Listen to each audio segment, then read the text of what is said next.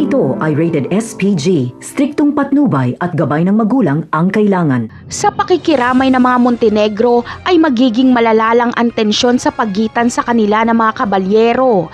Tila magkakainitan si Ramon at Senyor Facundo. Magkakasagutan sila pero hindi magpapakita ng takot si Senyor Facundo.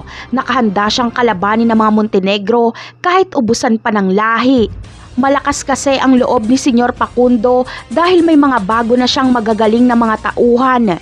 Ito ay sila Tanggol at Supremo at lumabas na rin ang pinakamagaling niyang assassin na si Madonna. Kaya makakahanap ng katapat si Ramon.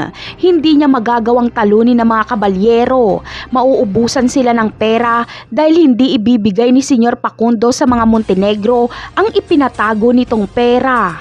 Samantala, nalalapit na ang katapusan ni Olga at David dahil sa muling pagharap ni Tanggol at Ramon ay hindi sila magpapatayan. Bagkus ay mag-uusap sila at dito malalaman ni Ramon na ito ang tunay niyang anak.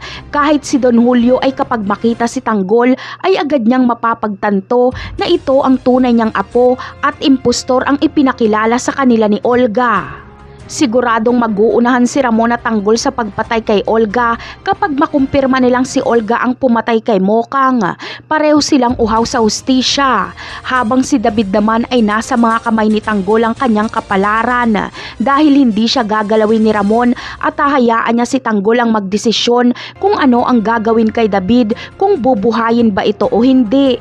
Napakarami pa nating dapat abangan sa mga susunod na episode. Paalam!